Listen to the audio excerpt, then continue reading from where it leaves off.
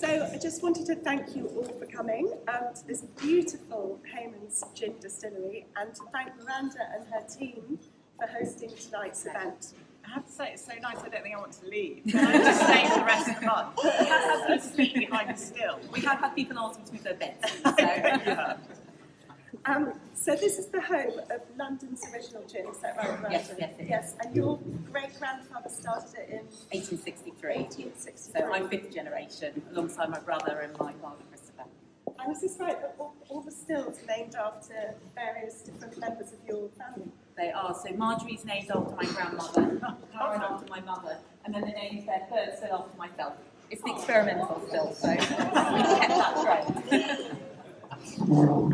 So, it's apart from the obvious reasons for holding a launch party in a gin distillery, for Ridley, that's for sure, Hayman's and Ridley have quite a lot in common, which makes this evening a very natural fit. It's great to be able to introduce you all to another quintessentially British brand that shares our values, vision on uncompromising quality, craft and authenticity. I'm sure you're all enjoying the most delicious Hayman's gin cocktails. They're just fantastic. I think it's the best gin I've ever had. Thank you. I know I have to say that. I really mean it. So tonight is also a snapshot, little snapshot, because we haven't got the full collection here. Seamstresses are still working very hard. A little snapshot of our new cruise collection. This is a first for us and has been driven by demand, and the fact we now have customers in places that I know it's hard to believe aren't as grey, cold and rainy as London in December. It also gives us a chance to try out some new fabrics and styles for early next summer. Our new styles are designed for versatility and to make life as easy as possible. And of course, everything can be can't even say that word. Ingenuously. How do you say that? Ingeniously. How much gin have you had at this? Yeah, right. So it's been tailored to flatter here in London in any print and any colour. And if there's anything you particularly like, or you are lucky enough to be going off somewhere hot over Christmas, just let Heidi or Sarah know. We can book you in for an early fitting. The full collection will officially be available to purchase from January. Most of all, I'm absolutely thrilled to welcome Anna Murphy. I'm an enormous fan. You should. I'm an enormous fan, and I'm sure everybody here knows that Anna is the fashion director of The Times, and without doubt one of the most influential and interesting people working in fashion today, or just generally. Apart from being an amazing writer and possessing an encyclopedic knowledge of everything fashion and beauty, Anna is also a champion for embracing positive aging, celebrating our individuality and becoming the best version of ourselves as we get older. Her new book, Destination Fabulous, really is groundbreaking and full of, frankly, life-changing insights and incredibly helpful advice that everyone, I think, can benefit from. And even my husband here, Mark, has been gaining a lot of useful insights. I'll be testing you later. Yeah, exactly. So I just want to say, Anna, as well, I feel incredibly lucky that you've been so supportive to our little label, and it means so much to me to have you here. Well, I love Ridley. As you can probably tell, I'm Ridleyed up to the eyeballs. But no, I think a big part of what I love to do at The Times is write about those small British brands who really care. You know, they care about their customers, they care about their quality. And yeah, there aren't that many of them around, and we need to love you. And we do. Thank you. So I'm going to ask a few questions of Anna about her book. And then actually the books are here as well this evening. So anybody who would like to buy one, I think they make really good gifts as well for any member of the family, because actually I think I might be getting one. I've already read it. This is Destination Fabulous. The new hair. Yeah. So I'm going to ask a few questions about the book, and then I'm going to open it up to the floor, and if anybody's got any questions for Anna, they're very welcome to ask. Brought my special signing pen as well, so I hope I have. It's my bag. Excellent. So first question. So this is fairly probably you've been asked this loads of times, but what inspired you to write Destination Fabulous, and how do you think it can help you? Yeah, well, really, I wrote it just after turning 50, and I suppose for me, I was just experiencing this disconnect between, I think, the story that's out there about growing older, which is it is something bad, it's something to be scared of, it's something to sort of somehow try and stop, even though we know we can't do that. And actually my own experience of growing older, which is not to say that, life has suddenly become perfect and, that the sun is always shining, because as we can see outside today, it most definitely wasn't. But that I have come a long way and learned a lot about myself and am much better placed to be in the world, to surface myself, to enjoy life. And I just kind of wanted to, get the message out there. Growing old is great, and it's an opportunity to be more, it's an opportunity to learn, it's an opportunity to be more free than you maybe could have been in your 20s and 30s. And also to share some of the tips of how to do that. I mean, I'm so lucky in my job, I meet so many top fashion and beauty people, and I've also read a lot on my own time that's maybe more from a kind of existential sort of perspective, and it was a chance for me to put everything I've learned into one place and hopefully come up with something helpful. I think it really is. It is, isn't it, Mark? Centre stage. So in your book, Anna, you talk a lot about the relationship between female empowerment, self-expression, and living and dressing our own truth.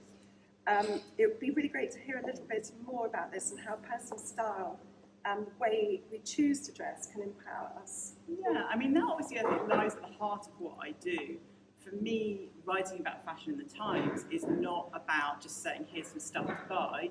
It's about this belief of mine, and it's very much something that is at the core of who I am as a fashion journalist, that the way you dress can kind of fundamentally change the way you show up in the world and the way you are seen by others and the way you feel about yourself. And, Shakespeare wrote about this idea of a stage play world and that men and women are players on that stage. And, how, when you go to the theatre, do you know what one character does versus another? One of the biggest clues you've got, quite frankly, is what they're wearing. So if we're playing out our lives on a stage, we need to dress accordingly. And I think anyone who dismisses clothes as not important is deluding themselves. And a really key anecdote for me, actually, is I'm sure many of you know about this wonderful charity called SmartWorks, where they work with women who are trying and failing to get a job, and typically they're women who've been in prison or they've had dealings with the social services. They're trying to just get on the ladder for work and failing, and they get lots of training about how to be interviewed, how to speak. But they also are given clothes that women like us donate, and the volunteers sort of help style them.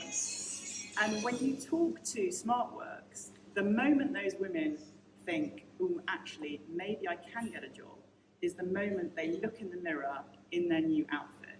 They look at themselves and they see themselves, possibly for the first time ever, certainly for the first time for a very long time, as a professional. And it's the clothes that have done that. And that, for me, is the power of fashion right there.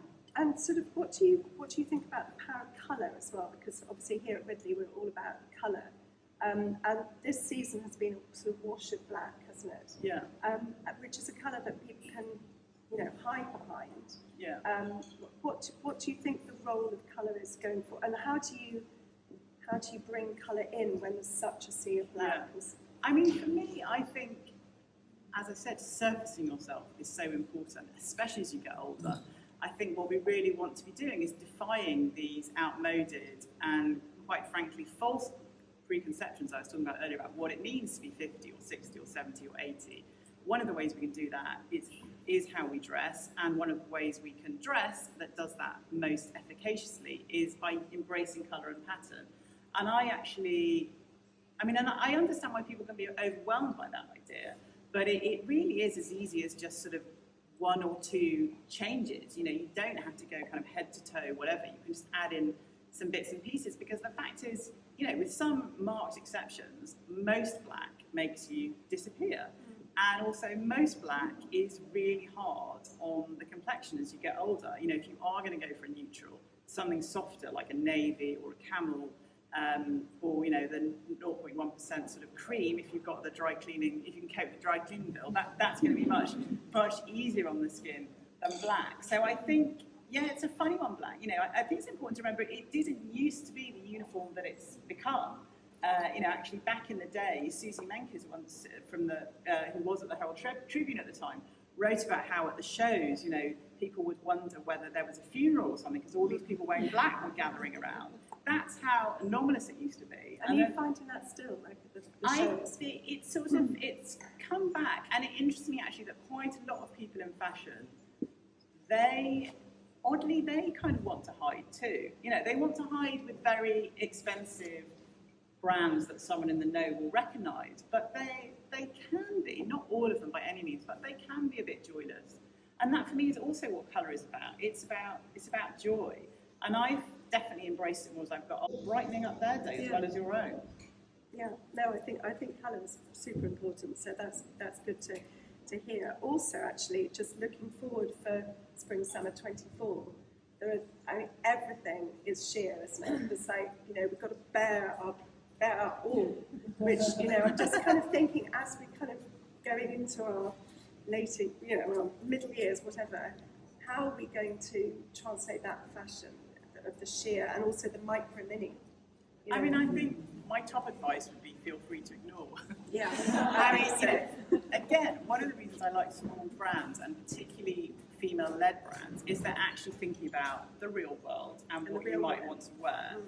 And most of the industry isn't. Most of the industry is just trying to get us to buy more stuff.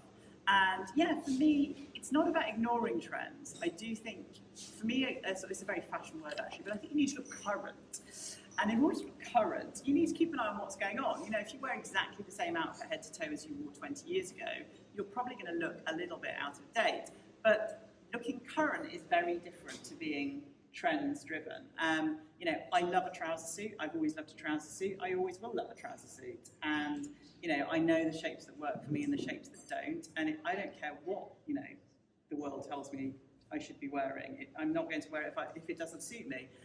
For me, I think a great way to just change things up, it is splashes of colour, and it is things like jewellery, and you'll be unsurprised to learn shoes. If you get a few sort of modernising details, then you can take really quite a classic ensemble and totally sort of change it up. So you talk about huge industries in your book, exploiting our insecurities, and particularly as we age, to sell product, and how society has become conditioned into chasing youth. In your book, you also talk about a counter-strategy of rewiring ourselves to move into a more joyous state. Yeah. And I love that whole idea of rewiring our brains so that we can actually find joy in all the little things that we do. These narratives, obviously, they're really, really old ones. I mean, we all grew up with the fairy tales in which, there's the beauteous young fair maiden, there's the horrible old crone with a sort of dodgy taste in fresh fruit. This is really old stuff that we're dealing with. But of course, what's happened is, in a way, it's always been weaponized by this kind of post-industrial industry, which tells us that it's something that we can kind of stop. And that has really accelerated, I think, in the last couple of decades. So actually, one of the things that's been so interesting for me, being out there in the world talking about this book, is it's often women in their 20s and 30s who are much more fearful around aging than women of my age and older. And I think it's because there's money to be made now out of injectables and various other things, they're getting hit with this, for example, fear of lines in their sort of mid-20s. And that was actually one of the conversations that really prompted me to write this book. I was with a group of friends. I was on a yoga teacher training course at the time, because I am that cliche. And everyone else was almost everyone else was kind of late 20s, early 30s. And I was sitting around with a group of these young women, and one of them said, oh, what age would you go back to if you could? And they all started firing out ages, 20, 18, 23. And I didn't. And after a while, and there I was, the person who was at least 20 years older than all of them. After a while, one of them noticed and said, oh, Anna, what about you? You haven't given an age. And I said, well, that is because for me, back is the operative word. Sure, maybe if I could be 20 with the lessons that I've learned, the wisdom that I've gained, then maybe, but we all know that isn't how things work. And actually going back for me, back would be the operative word. So yeah, I really think there's so much, there's so many gifts. There are some things, negative things to deal with, but there are so many gifts with growing older, which is why, there's actually this research, I'm sure many of you have heard of this idea of the U curve of happiness, that actually people get happier in their 50s onwards than they were often earlier in their life. Because it's hard when you're right in that sort of eye of the storm, raising children, paying a mortgage, trying to keep all these different balls in the air. And it's also really hard when you're young. Being 18, there's things that are great about it, there's things that are incredibly hard about it. You don't know how you're going to make a living, you don't know where you're going to live, you don't know who your people are, you don't know actually on a quite fundamental level, I don't think, who you are until that is tested. So did you kind of rewire your brain as such? I mean, you talk about rewiring in the book, and what kind of led you to rewire? How did that manifest itself? I mean, it's really interesting. I was reading actually in the paper this week, there was a brilliant interview with someone who works as a shrink in Hollywood, and he said, he expects the phone call 4 days after someone wins an Oscar, which is that point at which, they've got the thing they thought they wanted, and surprise, surprise, none of the holes they were trying to fill have been filled. And he said, nothing external solves things. Only you can sort of give you what you need, sort of thing. And I suppose, I had quite a conventional path, I would say, in that, I was a good girl. I mean, and that's the whole thing. We're conditioned, I think, girls especially girls of our generation, to be good. So I was very busy ticking lots of boxes, doing well at school, doing well at university, working to get a good job, sort of being good. And I suppose, looking back, going after the kind of baubles, if I had this, and if I had this kind of job, and if I owned my own home, and if I had this kind of boyfriend, and these kind of friends, and this kind of wardrobe, all the baubles on my personal Christmas tree, then I'd be sorted. And of course, it's not the baubles. It's not the baubles that really, And so for me, it has been going back to pretty basic, and let's face it, quite hippie-ish things, like meditation, to actually have a practice where, I mean, let's be clear with meditation, you fail at it. You do not, people say to me, I can't meditate because I can't empty my mind. Neither can I, no one can. The point is you sit there and you try. And somewhere along the line, you start to, I mean, someone once used this expression, the ecology of mind. You start to change the ecology of your mind. You start to gain the capacity to kind of break negative thoughts and just be a bit more rather than do. Which is another huge thing in our culture. I was definitely stuck in doing. And I think it's an ongoing challenge in my job and living in London, all those things, to be rather than do. But at least I'm now trying to meet the challenge. And I think sort of you talk a lot about living in the present, living in the moment, is so important, isn't it? And it's what a lot of us don't do. Yeah. So we look forward to the future.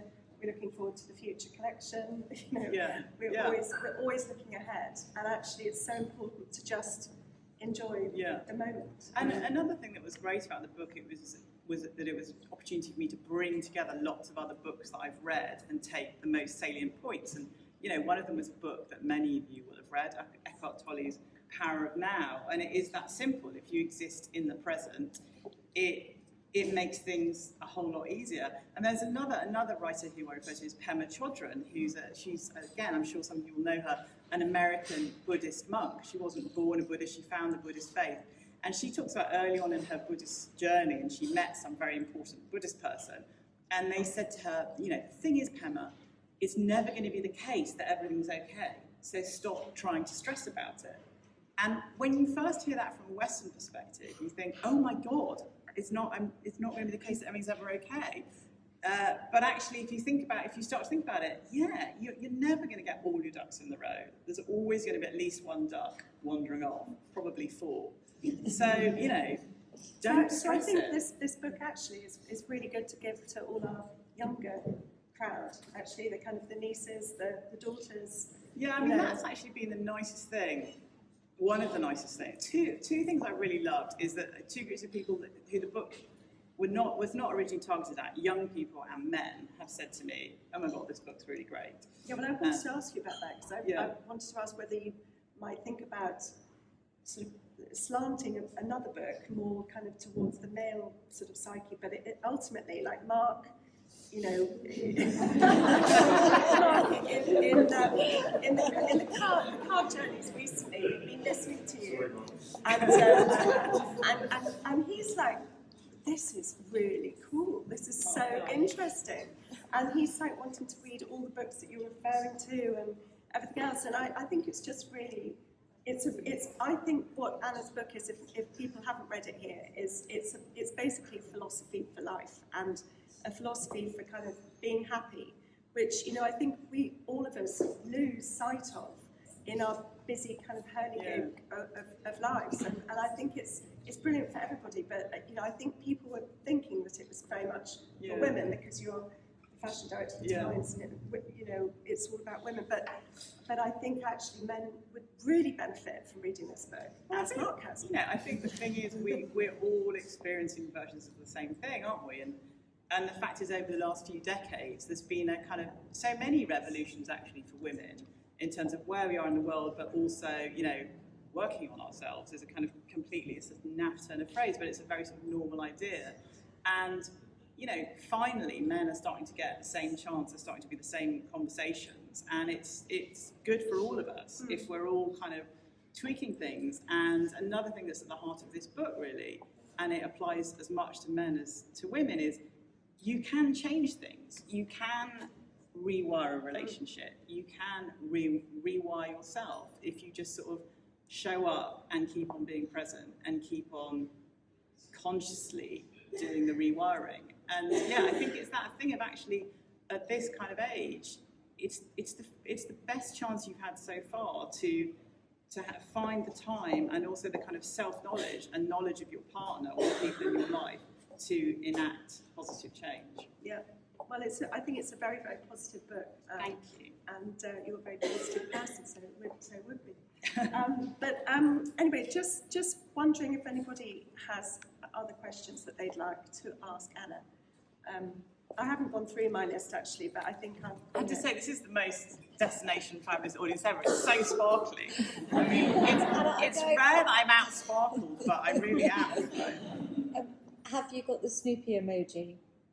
I need, well, you see, I've got, so yes, I posted on Instagram the other day, me in a Snoopy sweatshirt at 51, because of course, what else would one be wearing? But as discussed, I'm wearing my Charlie Brown socks.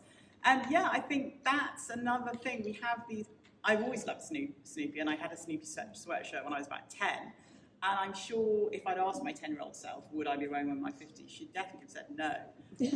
But I think we have a lot more options now as we get older, and if we want to wear a Snoopy sweatshirt, we jolly well can, and that for me is a reason to celebrate.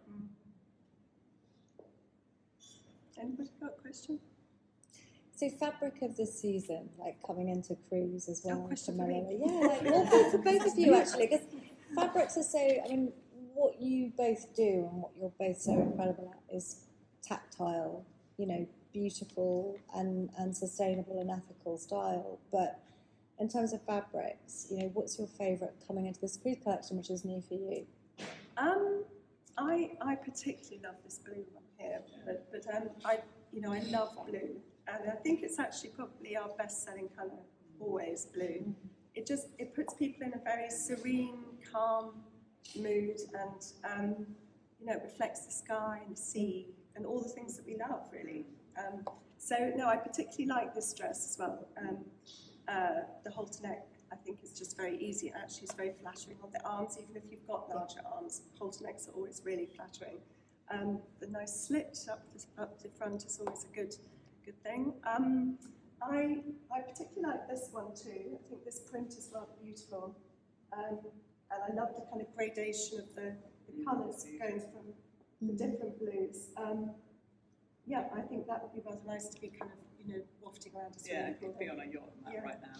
And what we were talking about how clothes make you feel. If you had to sum up, and this is an unfair question because obviously you have lots of different bits of the Ridley equation, but if you had to sum up how you want Ridley to make your woman feel, what is it? What's the word or words? Well, I would say I would love the Ridley woman to feel comfortable, because I think that's key. I think if you feel comfortable, you feel confident. And I think fabrics are absolutely key. If you feel, you're in a beautiful fabric, immediately elevates whatever you're wearing. And I think just hopefully, I hope that what we do empowers women to go out and feel that they can conquer their worlds, feeling the best version of themselves. That's what I would hope that we do. And I think as a fashion journalist, one of the things I've really relished about the last few years is I think feeling empowered for women used to mean, if you go back to kind of that era when women were really entering the workplace at a high level, it used to mean one thing, which is kind of dressing like a version of a man. And what I love now, and Ridley's an example of this, is that softness and femininity can still be powerful. Yeah, no, definitely. No questions. Oh my goodness. Well, we've obviously just been so, you know. But just that I'm wondering how you reconcile your career and what you do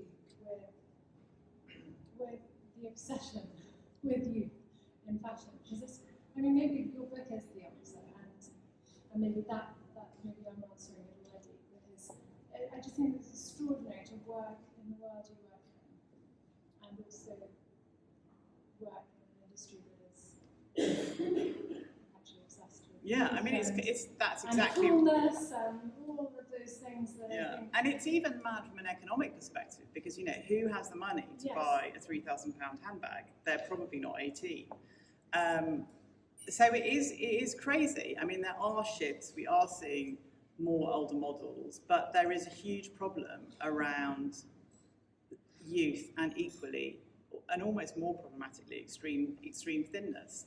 And it's interesting because I think there's been amazing strides forward in terms of other kinds of diversity, in terms of ethnic diversity on the catwalk. But we're really sort of stuck with those two issues around ageism and sizeism, essentially.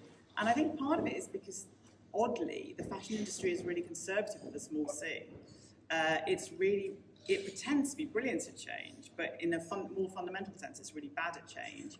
And I think it's also being run by pretty much the same people in the same offices in Paris and Milan. So, yeah, there's a lot more work to be done there. But then it's, you know, we have to be careful at pointing the finger too much because the fashion and the beauty industry also reflect us back at ourselves. Like if what they did didn't work, they wouldn't do it. And when you talk to smaller brands, I mean, I can't remember if we've had this conversation or not, but certainly brands that I've spoken to, when they think, okay, so typically a small brand will use one model rather than 5 for obvious financial reasons because it's not viable to use lots of models. So they have to kind of place their money, place their bet. And if you use one older model or bigger model or both, then suddenly in that season, your brand is being perceived as a particular way, even by women who, you know, might be 50 and might be a size, whatever, 18. So we as a society are guilty of as the same things as the fashion industry, hence the fact the fashion industry exists. But certainly there needs to be change, and obviously that's partly why I'm in a flat, so I don't have a huge amount of space. But I don't have as much as you'd think, and I feel a bit ill if I have too much stuff. My sort of challenge in a way is because I love colour and stuff to choose from, you know, you can't have 7 things.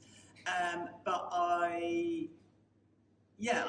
keep, for a fashion person, which is maybe not saying a lot, I have a pretty well-maintained wardrobe, and if I'm not wearing things, then, you know, I have a very happy sister, goddaughters, friends, you know.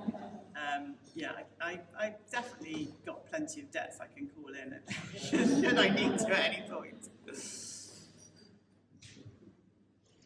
And a final question from me. How did you meet? I can't remember whether I contacted you and said I love what you're doing, or you contacted me. Yeah. I mean, as I say, for me, Times readers are quite pernickety in the best sense, you know, as am I. So they mostly are prepared to pay a little bit more money to buy for the long term, and always are looking for things that actually work. They're wanting like practical, gorgeous clothes, not fashion with several capital Fs. And when I find a brand like that, you know, obviously I want to kind of speak to the person who does it, and that was kind of how it all came about, really. And whenever I write about you, the readers go mad, don't they? And what's nice is we're always finding new people. You always get people contacting you for the first time, don't you? Yeah, it's brilliant. There's a real synergy, I think, between Ridley and Times readers. Yeah. I think what's nice about the Times, also for me as a writer, is there are lots of women who love their fashion, but they're very busy doing other things. So, like, I didn't know this until I worked at the Times, but it's the main legal newspaper. So basically everyone in the law reads it. And lots of medics, and sometimes more than once it's happened that I've been sort of eyeballing some incredibly chic woman on the tube, and then I realise that she's eyeballing me, and then she comes up and says, "Hey, what do you in the Times?" And they're always sort of like running a department of a big hospital, or on their way to the High Court or something. So yeah, that kind of makes me happy. I have a silly question. If you have one thing you could say from your wardrobe. Oh my God, that is so hot. It was all kind of, the fire was there, it was burning down, there's one thing you could say, what would it be? Yeah. Other than Snoopy t-shirt. Yeah, I mean, it might. I don't know whether this is quite a wardrobe answer, but it probably would be a bright lipstick because, however bad you feel or look, and I often think, sorry men, but aging is so much easier if you can put on a bright lipstick. I mean, and obviously you can, but good luck with that, unless you're Harry Styles. But yeah, it probably would be a bright lipstick because then even a white t-shirt and jeans, you can look a bit jazz hands. I like to look a bit jazz hands. Yes, exactly. Good question. Oh, Mike. If you could give Mark one bit of advice. Well, I want to know what Mark has read was there something that was particularly resonated? No pressure. Yeah. Well, first of all, it was on audiobook. So Anna's book is also available on audiobook. To anyone who's driving. Being subjected to it by their wife. From your favourite digital audiobook supplier, of course. I have to I'm going to tell a brief audiobook anecdote whilst you have time to think. Actually. Perfect, so thank I didn't you. even know I was doing an audiobook, and then they said you're doing an audiobook, and I said, okay, sure. And turns out when you do an audiobook, you're put in a little room, and then there's an audio man in the other little room next to you, and you're looking at each other through the window. And every time you mess up, it's quite clever, he sort of winds it back and then plays it, and then sort of talks you in. So basically the tone of your voice matches what you've just said. So this went on for a day and a half. He winds it back and he says, start from green, and then you say green, blah, blah, blah, blah, blah. And then it was only at lunchtime second day I remember that there's a whole thing. He was quite sort of repressed, this man, should we say. I remember there's a whole section about sex, and I'm like, oh God, I've got to do the sex bit with this man in the glass box next to me. And then, of course, lo and behold, as it's just always going to happen, I fluff up in one of the key paragraphs. And I fluff up just before the word orgasm, and I'm like, oh, what's the man going to do? And then you could see him working it out, and then he sort of, and then just came up with the words in an entirely different paragraph. It was just a classic moment. Anyway, I digress. Mark, that might be So apparently made it easier for you. Yeah. So that should be the answer to my question. The question. However, I haven't got that bit yet, so we're listening to it in the car on the way home. I think it was the baubles thing, Anna. I think it was whatever those baubles are. Actually, it's figuring yourself out and figuring out what you're all about at a certain age and learning to become comfortable with that, and you have the power to change that. Yeah. And I feel very lucky. I've always clearly wanted to be a secret fashion designer, and here I am, dressed in all black. Well, blue jeans. Yeah. I'm not. I keep saying to Camilla, "Oh, can I wear that dress tonight?" No. Oh, I want to be like Harry Styles. No. Your back room, remember that? Yeah, exactly. Back in the back room. Sorry. Oh, well, thank you all for coming, and thank you, Anna, and thank you, Miranda, Well, for thank having you. us. It's been just fabulous.